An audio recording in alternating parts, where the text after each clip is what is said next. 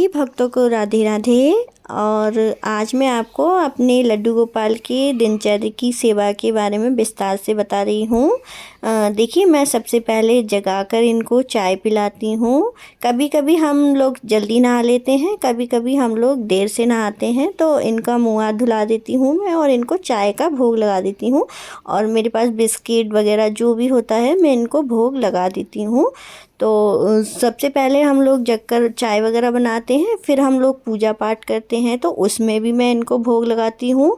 और फिर मैं दोपहर में खाना बनाती हूँ, तो मैं इनको खाने का भोग लगाती हूँ। फिर मैं 2-3 बजे जो भी स्नैक्स वगैरह जो मेरे घर में होता है मैं खुद भी खाती हूँ और पहले इनको खिलाती हूँ।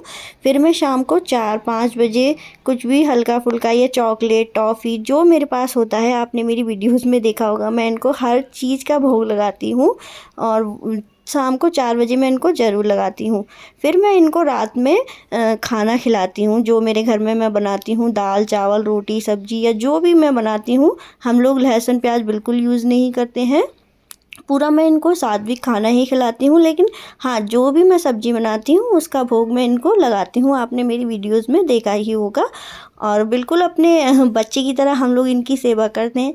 फिर हम इनको जब ही सुलाते हैं जब हम खुद सोते हैं, यानी कि अगर हम 10 बजे सो रहे हैं तो मैं इनको 10 बजे ही पहले इनको सुलाती हूँ, फिर हम लोग सोते हैं।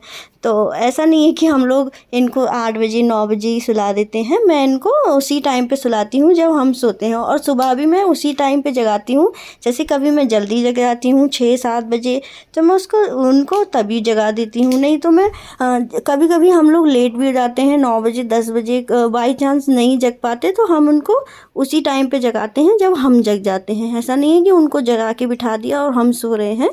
जब हम जगते हैं हम इनको तभी जगाते हैं। लेकिन जब ठाकुर जी का जो रूप है उसको उनको हम जो भोग लगाते हैं ना, वैसे तो उनको 8 प्रकार के भोजन दिन भर में लगते हैं, यानी कि उनका जो भोग है वो 8 प्रकार का होता है।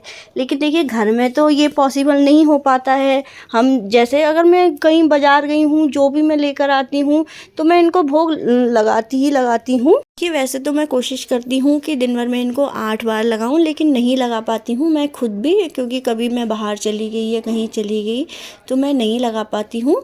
तो आप भी देखिए, कोशिश करिए। वैसे तो दिन में 4-5 बार तो आप लगाइए, 5 नियम तो आप बनाइए कि 5 बार लगा सकें, और हो सके तो आप 8 बार का बनाइए। अगर फिर भी नहीं बना पाते हैं, जॉब करते हैं जो लोग, वो लोग नहीं कर पाते, वो लोग सुबह शाम ही कर पाते, तो भगवान हमारे भाव को भी समझते हैं कि हमारा भाव कैसा है। आप बस अपना मन अच्छा रखिए, भक्ति करिए और दिल से करिए, दिखावा मत कीजिए, तो भगवान अगर आप भोग नहीं भी लगाएंगे तो उसको भी स्वीकार करेंगे। तो देखिए, वैसे तो नियम जो है वो 8 ही प्रकार का है, क्योंकि मंदिरों में आपने देखा होगा कि भगवान को 8 बार भोग लगता है। क्योंकि जब भगवान ने गोवर्धन पर्वत उठाया था, इंद्रदेव के क्रोध के कारण उन्होंने गोवर्धन पर्वत अपनी कन्नी उंगली पर उठाया था।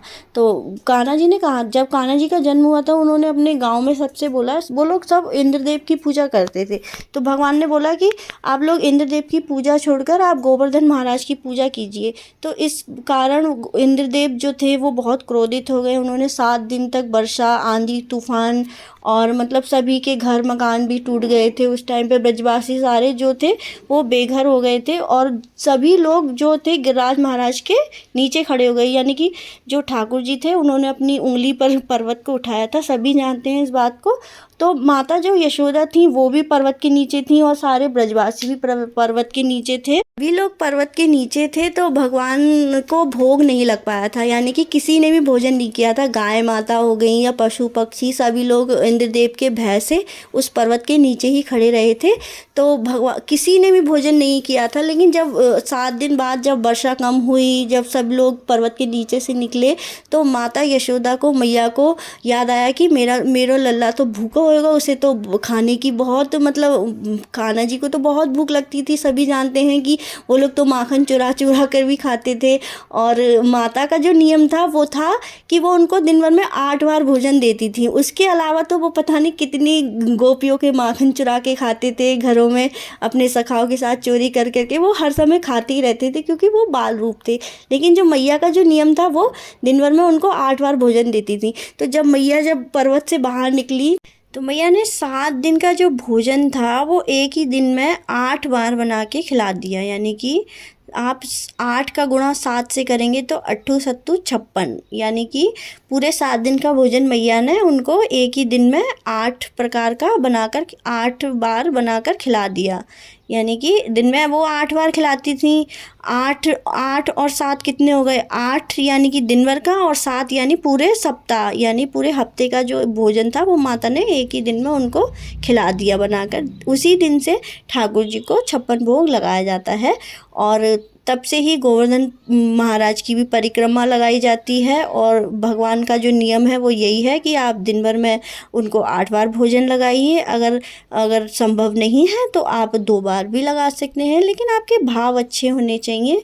मन से आप पूजा कीजिए, दिखावा मत कीजिए और किसी को गलत मत बोलिए, भाव अच्छा रखिए और भक्ति करते रहिए, क्योंकि भक्ति में ही शक्ति है। इसीलिए राधे राधे।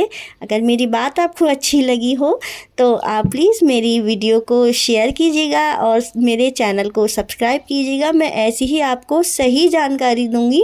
कोई भी मतलब कन्फ्यूज़न वाली चीज़ मैं अपनी वीडियो में नहीं रखती हूँ जिससे कि आपको कन्फ्यूज़ हो। अगर आपको कुछ हो तो आप मुझे कमेंट करके आप मुझसे पूछ सकते हैं, मैं ज़रूर रिप्लाई करूँगी इस चीज़ का। तो तब तक के लिए राधे राधे। जय श्री कृष्णा, जय सिया राम।